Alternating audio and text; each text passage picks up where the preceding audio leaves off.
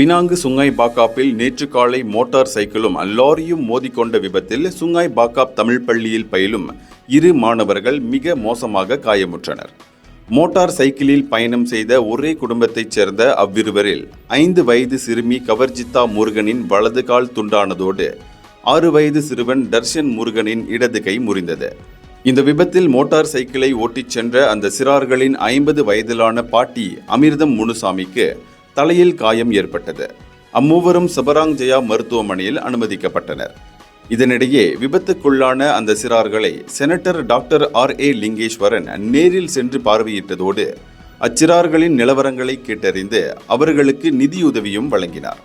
பாலர் பள்ளியில் பயின்று வரும் அந்த சிறுமியின் வலது கால் துண்டாகிவிட்டதால் செயற்கை கால் பொருத்தப்பட வேண்டிய நிலையில் இருப்பதாக மருத்துவர்கள் கூறியிருப்பதாக லிங்கேஸ்வரன் கூறினார்.